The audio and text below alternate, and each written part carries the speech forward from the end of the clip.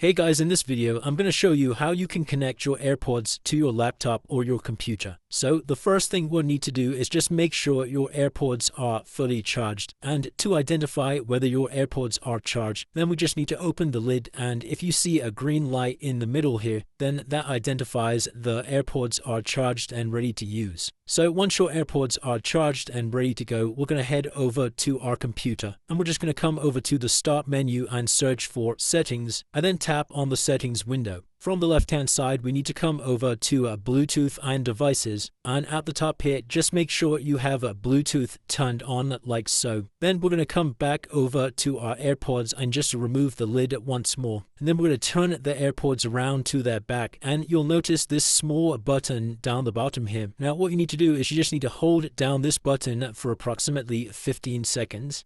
And what's going to happen is at the moment you can see this white light flashing.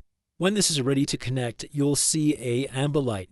So we're just waiting for this amber light to turn on, and like so, as soon as you see that amber light, that's ready to go. So we can now release the power button at the back here, and then we're going to close the lid of your AirPods. You can then reopen the lid of your AirPod, and on your computer you need to come over to Add Device. Select Bluetooth from this list of options, and this is going to go ahead and just scan your computer for any devices. And as you can see down here, I have these AirPods pop up, so I'm just going to go ahead and select that. And as you can see, these are now connected. And it's as simple as that, guys. That's how you connect your AirPods to your laptop or computer. If you did find this video useful, then please consider dropping a like and subscribing. Until next time.